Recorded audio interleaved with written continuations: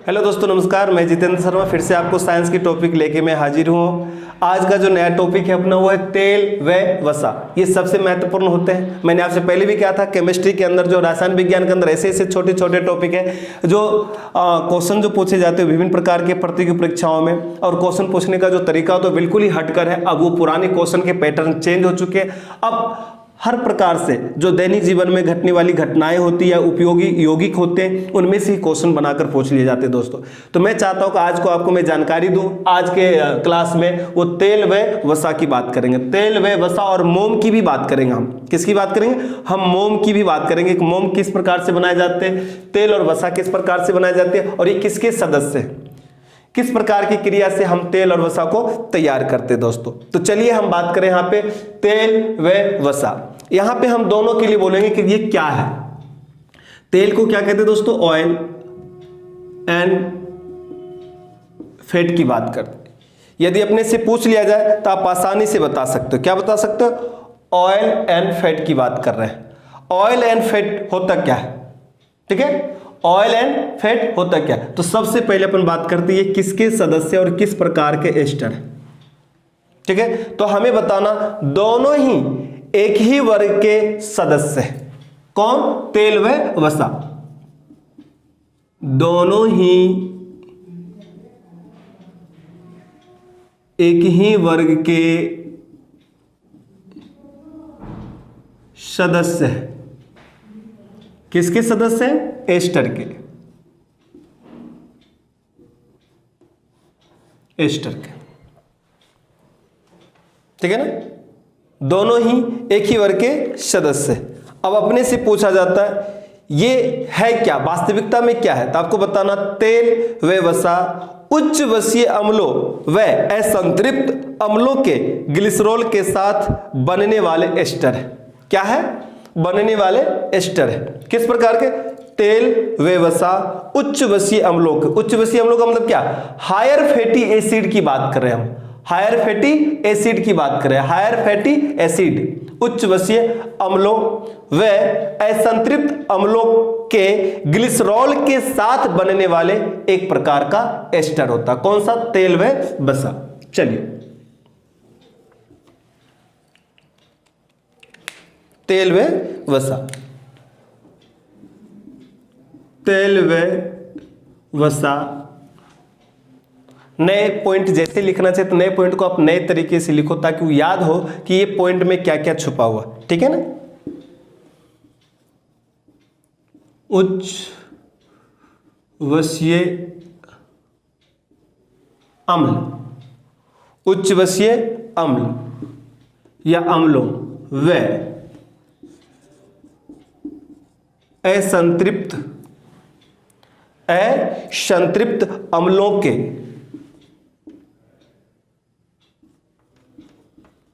अम्लों के ग्लिसरॉल। किसके? तेल व वसा उच्च वसीय अम्लों व असंतृप्त अम्लों के ग्लिसरॉल के साथ बनने वाले एस्टर है। ग्लिसरॉल के साथ बनने वाले क्या है दोस्तों? एस्टर है। पूछ ले तो आप आसानी से बता सकते हैं। अब उच्च वसीय अम्ल में कौन कौन से आ जाते हैं? मैंने आपसे साबुन और अपमार्जक का भी डिस्कस किया था प्रीवियस क्लास में, कि उनमें मैंने बताया था कि साबुन जो बनाए जाते हैं वो उच्च वसीय अम्लों से बनाए जाते हैं। तो उच्च वसीय अम्लों में हमने किसकी बात की थी? पामिटिक अम्ल की बात की थी, सिटियरिक अम्ल की बात की थी और ऑयलिक अम्ल की बात की थी। यहाँ भी सेम टू सेम वही है, पामिटिक अम्ल और सिटियरिक अम्ल और ऑयलिक अम्ल। इन सब से हम क्या तैयार करते हैं? तेल और वसा तैयार करता है दोस्तों। ठीक है ना। तो यहाँ पे जो मैं आपने लिखा उच्च वसीय अम्ल, उच्च वसीय अम्ल में कौन कौन से?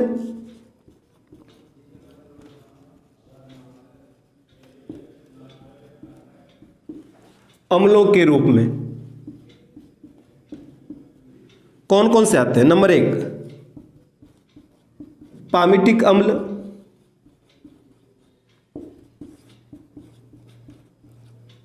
सिटियरिक अम्ल तथा ओलेइक अम्ल। इन सब से हम तैयार कर देते हैं क्या, तेल व वसा, यदि पूछा जाए तो। और साथ ही साथ क्या होता है, ग्लिसरॉल। साथ ही इन तीनों को किसके साथ मिला देते, ग्लिसरॉल मिला देते। इन सब के मिश्रण से हम क्या तैयार करते हैं दोस्तों, हम तैयार करते हैं तेल व वसा। ठीक है, ये सबसे मोस्ट इंपॉर्टेंट है। आपसे पूछा जाए तेल और वसा बनाने के लिए उच्च वसीय अम्लों के रूप में क्या मिला जाता है, तो ग्लिसरॉल के साथ हम उच्च वसीय अम्ल के रूप में पामिटिक अम्ल, सेटेरिक अम्ल या ऑयलिक अम्ल, इन सब के मिश्रण से हम तैयार करते हैं दोस्तों। ठीक है ना। अब आपसे यदि पूछ लिया जाए यहां पे कि वास्तव में तेल और वसा में क्या अंतर है, तेल व वसा में क्या अंतर है, तो आप आसानी से बता सकते हो कि वास्तव में तेल और वसाओं में मुख्य अंतर जो होती है इनकी भौतिक अवस्थाओं में पाया जाता है, या भौतिक अवस्थाओं के आधार पर कर सकते हैं कि ये तेल है, ये वसा है। यदि आपको बताना है कि वास्तव में तेल और वसाओं में मुख्य अंतर क्या है, तो इनकी भौतिक अवस्थाओं के आधार पर कर सकते हैं, या इनकी भौतिक अवस्थाओं में ही पाया जाता है कि इन दोनों में क्या अंतर है। तथा हम ये दोनों एक ही वर्ग के सदस्य हैं, लेकिन हम दोनों को अंतर किनके आधार पर कर सकते हैं, इनकी भौतिक अवस्थाओं के आधार पर कर सकते हैं। किनको, तेल और वसा की। तो चलिए हम बात कर रहे हैं अभी यहाँ पे तेल और वसा की। तो यदि हम दोनों की अंतर निकालना चाहें तो किस तरह से निकाल सकते हैं, ये तेल है या वसा है, जबकि दोनों एक ही वर्ग के सदस्य, किसके सदस्य, एस्टर के सदस्य। ठीक है ना।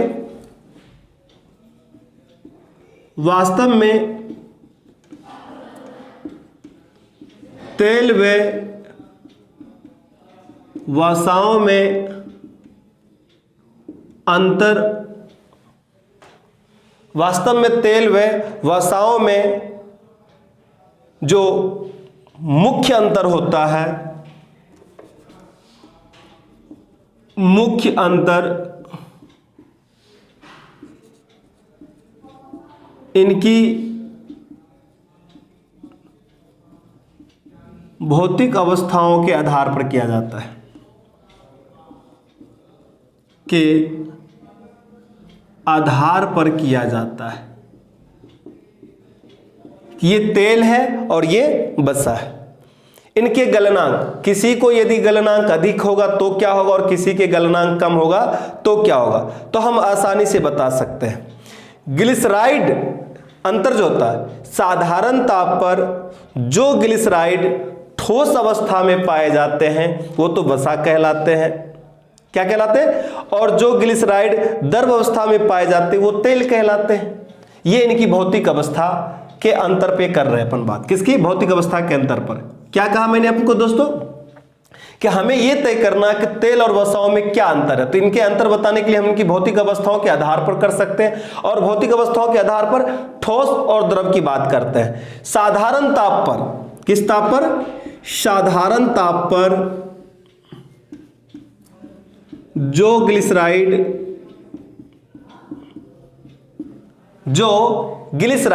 जहां मैंने पामिटिक ऑयल, पामिटिक अम्ल की बात कर ली, सिटियरिक अम्ल की बात कर ली, ऑयलिक अम्ल की बात की, इन सबको जब ग्लिसरॉल के साथ मिलाकर तैयार करते हैं तो क्या कहला जाते हैं, अब ग्लिसराइड, क्या कहला जाते हैं, ग्लिसराइड। तो यहां अपन बात करें ग्लिसराइड की कि जो साधारण ताप पर जो ग्लिसराइड ठोस अवस्था में पाए जाते हैं,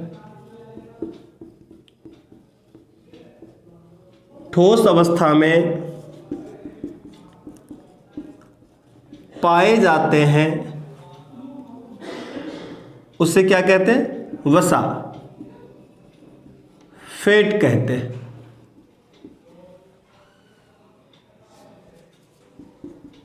और जो किस अवस्था में, द्रव अवस्था में, और जो ग्लिसराइड द्रव अवस्था में पाए जाते हैं उसे तेल, ऑयल कहते हैं। अब ये ठोस और द्रव की बात कर लिए तो बिल्कुल अपने दिमाग में आ गया कि जरूर ताप के अंतर हो गए, किसके अंतर होंगे? ताप का अंतर के कारण इस प्रकार से हम ठोस और द्रव अवस्था प्राप्त कर रहे हैं। अर्थात गलनांक किसी का कम हो सकता है और किसी का गलनांक ज्यादा हो सकता है। इसका मतलब कि इसके अनुसार यदि देखा जाए तो जिस ग्लिसराइड का गलनांक 20 डिग्री से कम हो, क्या हो? 20 डिग्री से कम हो, वो तेल कहलाएगा। क्या कहलाएगा? 20 डिग्री से कम हो वो तेल कहलाएगा। और जिसका गलनांक 20 डिग्री से ज्यादा होगा वो क्या कहलाएगा? वसा कहलाएगा। तो इनके अनुसार, किनके अनुसार? तो भौतिक अवस्थाओं के आधार पे अनुसार यदि ठोस अवस्था में वसा हो गया और द्रव अवस्था में तेल हो गया तो इसके मुख्य अंतर जो हो गए वो ताप का अंतर हो गया। दोस्तों किसका अंतर हो गया? ताप का अंतर। यदि ग्लिसराइड का गलनांक, किसकी गलनांक की बात करें? ग्लिसराइडों का गलनांक यदि 20 डिग्री सेल्सियस से कम होता है तो तेल की अवस्था होगी, और यदि 20 डिग्री सेल्सियस से गलनांक अधिक होता है तो वहां पर क्या हो जाएगा? वो वसा होगा। दोस्तों ठीक है ना? इस तरह से हम कर सकते हैं। अर्थात इनके अनुसार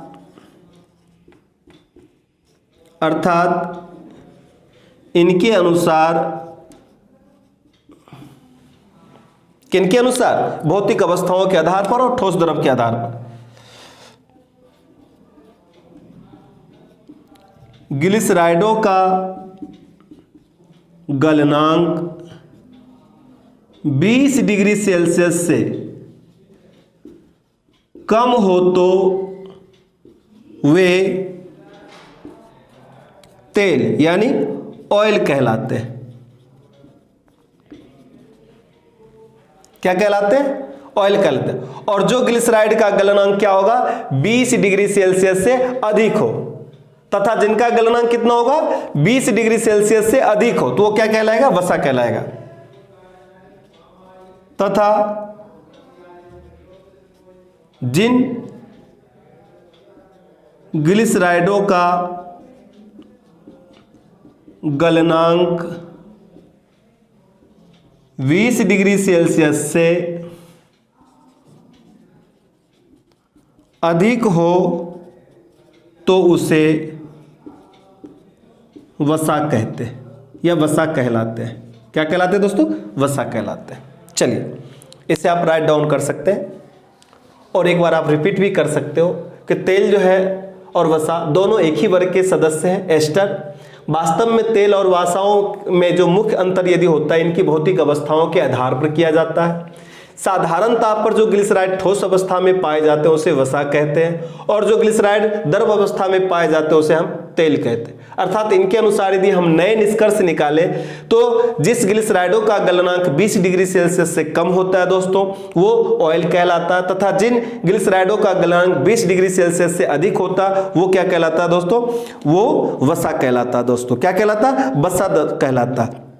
अब यदि अपने को बता ले कि वसा में क्या क्या पाया जाता है तो आप बता सकते हो कि इसमें कार्बन, हाइड्रोजन एवं ऑक्सीजन विभिन्न मात्राओं में उपस्थित होते हैं। वसा के अंदर की बात करें, किसमें? वसा के। यदि एक व्यक्ति की बात करें तो एक वयस्क व्यक्ति में 20 से 30% ऊर्जा वसा से प्राप्त होता है। दोस्तों अपने से पूछा जाता है कि सामान्यतः एक वयस्क व्यक्ति के अंदर वसा से कितना ऊर्जा प्राप्त किया जाता है, तो आप बता सकते हो 20 से 30% तक ऊर्जा वसा से प्राप्त करते हैं। एक साधारण वयस्क व्यक्ति की बात करें, 1 किलोग्राम वसा की बात करें तो 1 ग्राम वसा से यदि बात किया जाए तो 1 ग्राम वसा से लगभग 9.3 किलो कैलोरी ऊर्जा उत्पन्न होती है वसा से। दोस्तों तो चलिए अब इसकी भी डिस्कस करते हैं। पहले से राइट डाउन आपने कर लिया होगा, आई होप। ये छोटे छोटे टॉपिक सबसे महत्वपूर्ण है। यही टॉपिक ऐसे होते हैं जो पेपर में पूछ लिए जाते हैं कि एक साधारण वयस्क व्यक्ति में जो होते हैं वसा कितना ऊर्जा बनाता है, तो आपको बताना है कि कितनी ऊर्जा बनाता है। 20 से 30% ऊर्जा बनाते हैं। 1 ग्राम वसा के अंदर जो होते हैं वो कितने किलो कैलोरी उष्मा होता है, या किलो कैलोरी ऊर्जा होता था, बता सकते हो। वहाँ पे जो होते हैं कितने 9.3 किलो कैलोरी ऊर्जा उत्पन्न होती है, ठीक है ना। और ये भी बता सकते हो कि वसा के अंदर क्या होता है। तो वसा में मुख्यतः कार्बन, हाइड्रोजन एवं ऑक्सीजन विभिन्न मात्राओं में उपस्थित होते हैं। वसा में कार्बन, हाइड्रोजन, क्या, कार्बन, हाइड्रोजन एवं ऑक्सीजन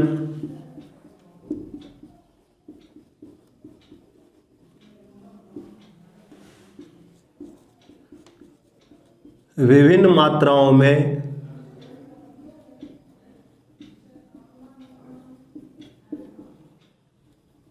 उपस्थित होता है। ठीक है ना। 1 ग्राम वसा के अंदर लगभग 9.3 किलो कैलोरी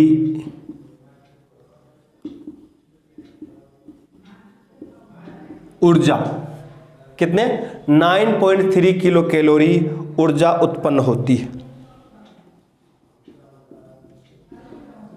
क्या उत्पन्न होती है दोस्तों, ऊर्जा उत्पन्न होती है।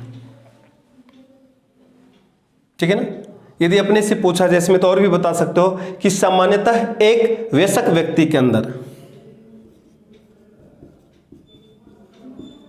सामान्यतया एक वयस्क व्यक्ति में, किसमें, वयस्क व्यक्ति में या वयस्क व्यक्ति को, ये भी लिख सकते हो, वयस्क व्यक्ति को, व्यक्ति को 20 से 30%, कितना, 20 से 30% ऊर्जा वसा से प्राप्त होता है। किससे प्राप्त होता है दोस्तों, वसा से प्राप्त होता है। ठीक है। ये सबसे महत्वपूर्ण पॉइंट है, ये पेपर में क्वेश्चन पूछे जाते हैं, ये इस प्रकार के क्वेश्चन पेपर में पूछे जाते हैं। ठीक है, ये क्वेश्चंस पूछ लिए जाते हैं, कुछ छोटे छोटे क्वेश्चंस होते हैं जो आपसे पूछ लिए जाते हैं। शरीर में इनका जो संश्लेषण होता है दोस्तों, यदि पूछ लिया जाए कि वसा का संश्लेषण शरीर में किसके माध्यम से होता है, किन कोशिकाओं के माध्यम से, कोशिकाओं के अंग से, कोशिकांग जिसको कहते हैं, कोशिकांग के माध्यम से होता है, तो आप बता सकते हो माइटोकॉन्ड्रिया से होता है। किससे होता है दोस्तों, माइटोकॉन्ड्रिया में। शरीर में इनका संश्लेषण माइटोकॉन्ड्रिया में होता है, किसका, वसा का।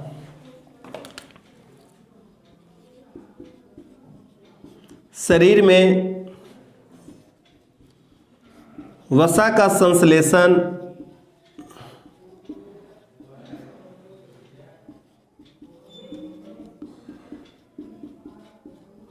माइटोकॉन्ड्रिया में होता है। किसमें होता है दोस्तों, माइटोकॉन्ड्रिया में। शरीर में इनका संश्लेषण, किनका संश्लेषण, वसा का संश्लेषण माइटोकॉन्ड्रिया में होता है। ठीक है ना। वसा दो प्रकार से प्राप्त कर सकते हैं, संतृप्त भी होती है और असंतृप्त होती है। यदि आपसे दोनों बारे में पूछ लिया जाए तो आप आसानी से बता सकते हो कि वसा के बारे में कि संतृप्त होती है और असंतृप्त होती है। कुछ वनस्पति तेलों से, जैसे खजूर का तेल आदि में असंतृप्त ग्लिसराइडों की मात्रा अधिक पाई जाती है। जब इन तेलों में हाइड्रोजन गैस किसी उचित उत्प्रेरक की उपस्थिति में प्रवाहित करते हैं तो ये ग्लिसराइड ठोस अवस्था में परिवर्तित हो जाते हैं। वनस्पति घी इसी प्रक्रिया द्वारा बनाया जाता है दोस्तों। किस प्रक्रिया द्वारा, इसी प्रक्रिया द्वारा वनस्पति घी भी बनाया जाता है दोस्तों। चलिए, तो हम इससे पहले बात करें कि वसा का दो रूप होता है, संतृप्त और असंतृप्त। यदि संतृप्त की बात करें तो नारियल तेल, तारपीन का तेल, इन सब से मक्खन और घी बनाए जाते हैं दोस्तों। और मछली का तेल, वनस्पति तेल, इन सब से खजूर का तेल, ये सारे असंतृप्त कहलाते हैं। क्या कहलाते हैं, असंतृप्त। यदि वसा के बारे में पूछा जाए तो वसा हम दो प्रकार से प्राप्त कर लेते हैं, एक तो संतृप्त रूप से और दूसरा असंतृप्त रूप से। संतृप्त रूप में बात करें तो नारियल का तेल, पाम का तेल जिसको कहते हैं, इन सब से मक्खन घी आसानी से हम बना लेते हैं दोस्तों। चलिए, मछली का तेल की बात करें, वनस्पति तेल की बात करें, खजूर का तेल की बात करें, इन सब से आसानी से वनस्पति घी बना लेते हैं दोस्तों। ठीक है ना। तो आपसे यदि पूछा जाए तो आसानी से बता सकते हो, ठीक है ना, संतृप्त और असंतृप्त। चलिए, इनके अलावा अपने से यह भी पूछ लिया जाता है, जो सबसे महत्वपूर्ण पॉइंट माने जाते हैं दोस्तों, कि खाद्य वसा का गलनांक मानव शरीर के ताप से कितना कम होना चाहिए। तो मानव शरीर का जो ताप होता है लगभग वो 37 डिग्री सेल्सियस माने जाते हैं और फ़ारेनहाइट में 98.6 डिग्री सेल्सियस माने जाते हैं। तो आपको बताना कि खाद्य वसा का गलनांक मानव शरीर के तापमान से कम होना चाहिए। लगभग कितना कम से? 37 डिग्री। तो 37 डिग्री से कम होना चाहिए।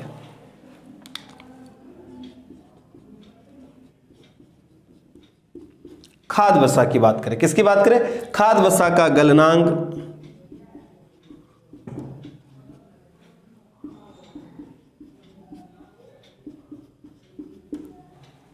खाद्य वसा का गलनांक मानव शरीर के ताप से कितना? 37 डिग्री सेल्सियस से कम होना चाहिए। क्या होना चाहिए दोस्तों? कम होना चाहिए। ठीक है ना। और दूसरी बात मैं आपको बता दिया कि यदि आप असंतृप्त ग्लिसराइडों की मात्रा अधिक पाई जाती है तो वो कौन सा होता है? खजूर का तेल, वनस्पति तेल, जैसे खजूर का तेल। यदि बात करें कुछ वनस्पति तेल, जैसे खजूर का तेल की बात कर लिया, कुछ वनस्पति तेल जिसका मतलब कहते हैं खजूर का तेल, या मछली का तेल, मछली का तेल और वनस्पति का तेल जैसे खजूर का तेल, ये सारे असंतृप्त ग्लिसराइडों की मात्रा अधिक पाई जाती है इनमें। जब इन तेलों में हाइड्रोजन को किसी उचित उत्प्रेरक की उपस्थिति में प्रवाहित की जाती है, यह ग्लिसराइड ठोस अवस्था में परिवर्तित हो जाती है। दोस्तों किस अवस्था में परिवर्तित हो जाती है? ठोस अवस्था में परिवर्तित हो जाती है।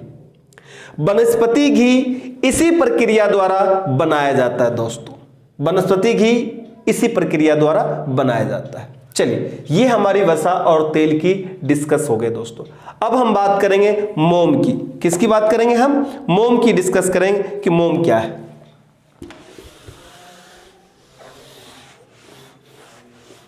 ये तो असंतृप्त की बात होगी। यदि संतृप्त की बात किया जाए तो आप संतृप्त की भी बात कर सकते हो।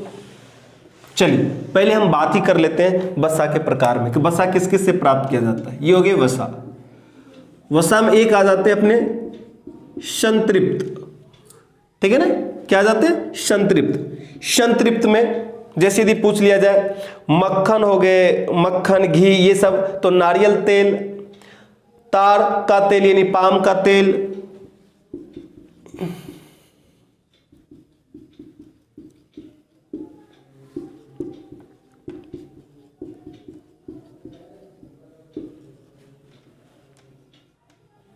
इन सब से क्या तैयार किया जाता है दोस्तों?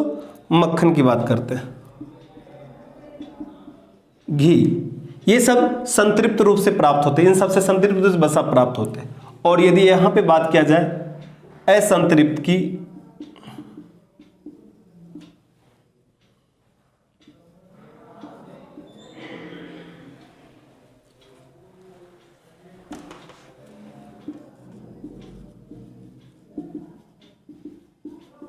मछली का तेल,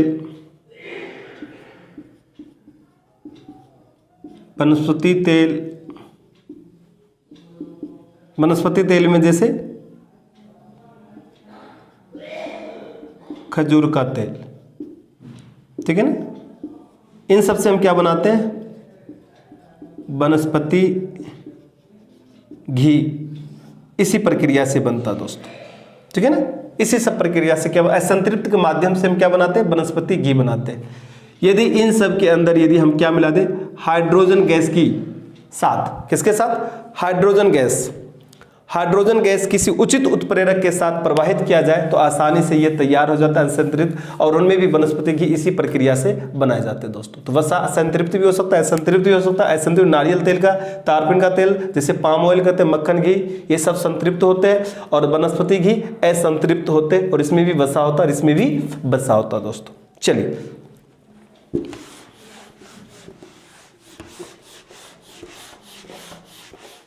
तो अपन ने यहां पता कर लिया दोस्तों कि तेल क्या होता है, तेल और वसा की बात कर ली। किसकी बात कर ली? तेल और वसा की बात कर ली। अब हम बात करेंगे यहां पे मोम की। मोम, कैंडल की बात करें, जो कैंडल आप नॉर्मली घर में कभी भी पावर कट हो जाते हैं, विद्युत सप्लाई जिसको कहते हैं इलेक्ट्रिक पावर, यदि कट हो जाता है, गांव घर में अपन कहते हैं बिजली, यदि कट हो जाती है तो हम वहां पे किसका प्रयोग करते हैं? चिमनी का। गांव घर में तो देहातों में अपन चिमनी का प्रयोग करते हैं, केरोसिन वाले मिट्टी ऑयल का, तेल का, इस सब की बात करते प्रयोग करते हैं। आजकल तो सोलर पैनल की, सोलर लाइट भी आ चुके हैं, ठीक है ना, और टॉर्च भी है। लेकिन इनके उपरांत भी कहीं न कहीं अपने घरों में प्रकाश को व्यवस्थित बनाए रखने के लिए हम उजाला का रूप में हम मोम का प्रयोग करते हैं दोस्तों। किसका प्रयोग करते हैं हम? मोम का प्रयोग करते हैं, ठीक है ना। मोम भी तेल और वसा के समान भी मोम भी प्रकृति में पाए जाने वाला एक प्रकार का क्या है दोस्तों? एस्टर है। यदि पूछा जाता आप आसानी से बता सकते हो दोस्तों कि मोम भी जो है वो क्या है? मोम भी क्या है दोस्तों? मोम भी तेल और वसा के तरह ही, क्या उसके समान ही मोम भी प्रकृति में पाए जाने वाले क्या है? एक एस्टर है। क्या है? परंतु लेकिन यहां ध्यान रखना, यह एस्टर ग्लिसराइड से भिन्न होता है। वहां तो ग्लिसराइड की बात कर रहे थे, यह ग्लिसराइड से भिन्न होता है दोस्तों, बिल्कुल ही भिन्न होता है। इसमें उच्च बसीय अम्लों के अणु ग्लिसराइड के स्थान पर उच्च मोनोहाइड्रिक एल्कोहल से संयुक्त होकर एस्टर बनाते दोस्तों। वहां पे ग्लिसराइड जो था वो उच्च बसीय अम्लों के साथ होता था, लेकिन यहाँ पे उच्च बसीय अम्लों के जो है के स्थान पर उच्च मोनोहाइड्रिक एल्कोहल के साथ संयुक्त होकर हम तैयार करते हैं। तो क्या बन जाता है दोस्तों? वहां पे मोम बन जाता है। क्या बन जाता है? मोम बन जाता है। तो यहाँ पे हम किसकी बात करेंगे अभी? अब हम बात करेंगे मोम की। तो चलिए हम मोम की डिस्कस कर रहे हैं। तेल व वसा के समान ही मोम भी प्राकृतिक या प्रकृति भी कह सकते, प्राकृतिक बोलो या प्रकृति, प्रकृति में पाए जाने वाला क्या है? एस्टर है। क्या है? प्रकृति में पाए जाने वाला एक प्रकार का एस्टर है। क्या दोस्तों? एस्टर है। ओके, मोम भी क्या एक प्रकार का एस्टर है। जहां ग्लिसरीड का प्रयोग करते थे उच्च बसीय अम्लों के साथ, अब यहां पे ये भिन्न होगा, यहां पे मोनोहाइड्रिक एल्कोहल के संयुक्त के साथ हम प्रतिक्रिया करेंगे, ठीक है ना। यदि ऐसा पूछा जाता बता सकते हो, परंतु यह एस्टर, कौन सा एस्टर? मोम वाली बात करें, यह एस्टर ग्लिसराइड से भिन्न होता है।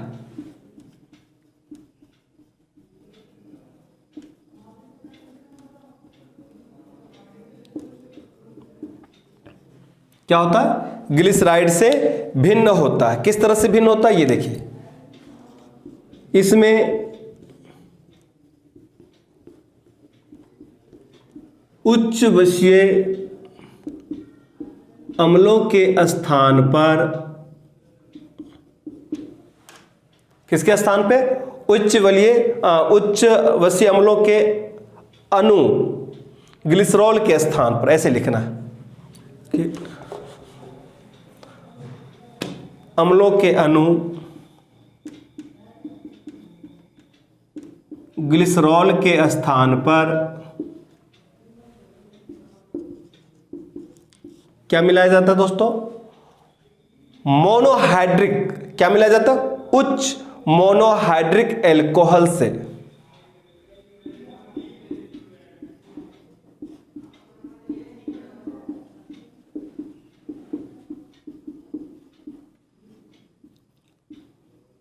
अल्कोहल या एल्कोहल भी लिख सकते दोस्तों, दोनों तरह से लिख सकते हैं, एल्कोहल बोलो या अल्कोहल बोलो।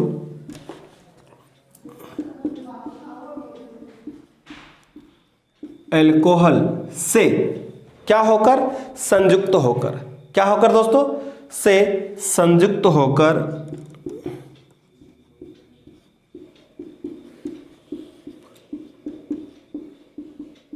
एस्टर बनाता है। क्या बनाता है दोस्तों? एस्टर बनाता है।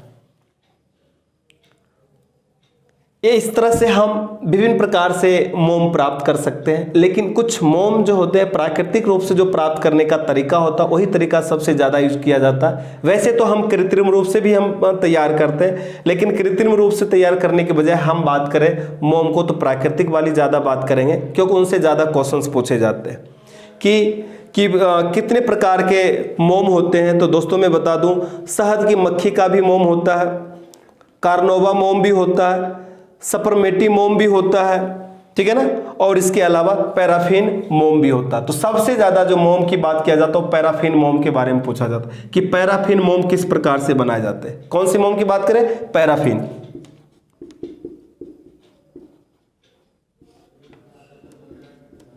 मोम के प्रकार की बात क्या, लेकिन उसमें सबसे ज्यादा महत्वपूर्ण कौन है? पैराफिन मोम की बात करें। यदि पैराफिन मोम की बात किया जाए तो यह उच्च हाइड्रोकार्बनों का मिश्रण होता है। यह उच्च हाइड्रोकार्बनों का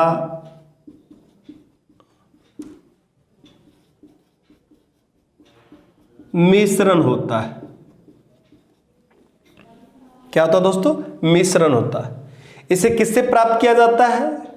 तो यह पेट्रोलियम से प्राप्त किया जाता है।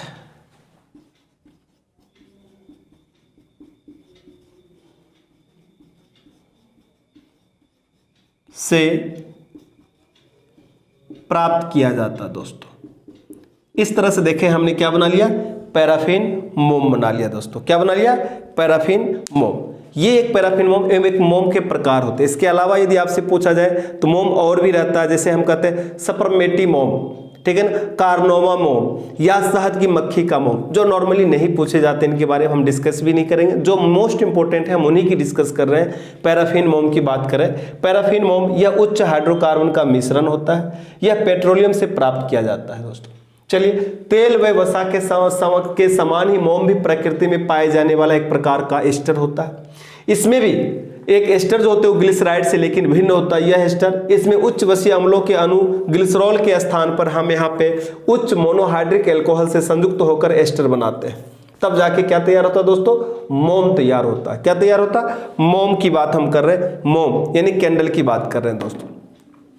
हमने देखा आज एक ही सदस्य की डिस्कस कर लिया हमने, तेल और वसा की डिस्कस कर ली, और उसके बाद हमने डिस्कस कर लिया मोम की। तेल और वसा में हमने अंतर बताया कि इनकी भौतिक आधार पर, प्रमुख अंतर जो है किनके आधार पर तय किया जाता है? इनके भौतिक आधार पर तय किया जाता है। यदि ग्लिसराइड साधारण ताप पर यदि ठोस अवस्था में पाए जाते हैं तो वो वसा कहलाते हैं, और द्रव अवस्था में पाए जाते हैं वो क्या कहलाते हैं? ऑयल कहलाते हैं।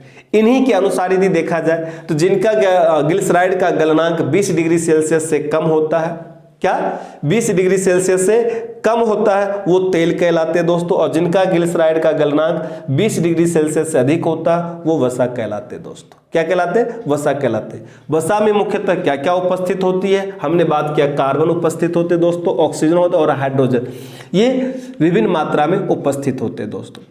1 ग्राम वसा की बात की अपने, 1 ग्राम वसा में अपन जो बात किए थे वो 9.3 किलो कैलोरी ऊर्जा प्राप्त होता है उससे, ठीक है ना।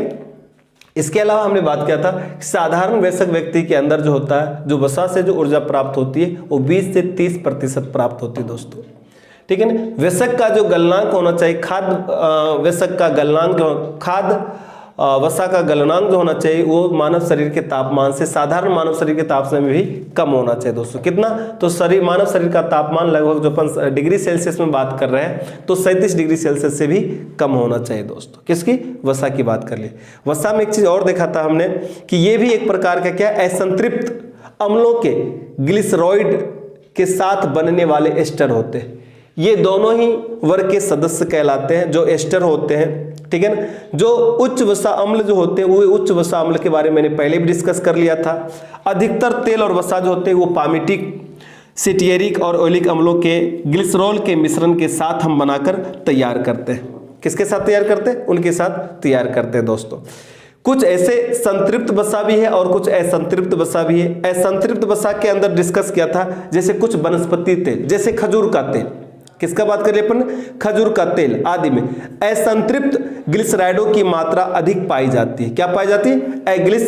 असंतृप्त ग्लिसराइडों की मात्रा अधिक पाई जाती है जब इन तेलों में हाइड्रोजन गैस किसी उचित उत्प्रेरक के साथ के उपस्थिति में प्रवाहित की जाती है, के साथ नहीं, के उपस्थिति में प्रवाहित की जाती है, तो यहाँ ये ग्लिसराइड ठोस अवस्था में परिवर्तित हो जाते हैं। किस अवस्था में? ठोस अवस्था में परिवर्तित हो जाते हैं और यहाँ क्या प्राप्त होता है दोस्तों? एक वसा प्राप्त हो जाती है। ठीक है ना? जैसे वनस्पति घी इसी प्रक्रिया से तैयार किया जाता है। तो आपको यदि पूछ लिया जाए कि वनस्पति घी बनाने में किस प्रकार की क्रिया होती है, तो असंतृप्त हाइड्रोकार्बन होते हैं। जबकि संतृप्त की पूछा जाए तो नारियल तेल, जैसे मक्खन घी की बात किया जाए तो मक्खन घी जो बनते हैं वो संतृप्त हाइड्रोकार्बन से तैयार किए जाते हैं वसा के रूप में। और असंतृप्त में खजूर का तेल हो गया, मछली का तेल हो गया, इन सब से जो अपन तैयार करते हैं वसा, वो क्या जाते हैं? असंतृप्त होते हैं। चलिए, आज के टॉपिक में हमने डिस्कस किया दोस्तों वसा अम्ल, वसा तेल व वसा और मोम की। अगले टॉपिक में नेक्स्ट टॉपिक की अपन डिस्कस करेंगे नए तरीके से, नए सिलसिले से। तब तक आप हमारे साथ जुड़े रहे और जो नॉलेज होती है वो नॉलेजफुल टॉपिक की हम डिस्कस कर रहे हैं। अभी केमिस्ट्री चल रहा है, केमिस्ट्री में ये छोटे छोटे पॉइंट सबसे महत्वपूर्ण माने जाते हैं। विभिन्न प्रकार के प्रतियोगी परीक्षाओं में मैं बार बार रिपीट करता हूँ इस पॉइंट को, ताकि आज जो जिस प्रकार की घटनाएं घटित होती है आसपास में हमारे, उसी से क्वेश्चन बन के आ जाते हैं साइंस के। ये हम तेल वसा का भी प्रयोग करते हैं अपने लाइफ में, मोम का भी प्रयोग करते हैं। तो आज इन सब से पूछ लिया जाए कि मोम क्या? एक एस्टर है। तेल वसा क्या है? ये भी एक प्रकार का एस्टर है। किस प्रकार से प्राप्त किया जाता है वो अपन ने एक सिलसिलेवार से topic by topic, step by step अपन ने इनका अध्ययन किया। चलिए, मुझे उम्मीद है कि आज के टॉपिक आपको सबसे ज़्यादा लाभप्रद सिद्ध होगा। आज के बाद इस टॉपिक से संबंधित किसी भी प्रकार के आपके डाउट नहीं रहेंगे मन में।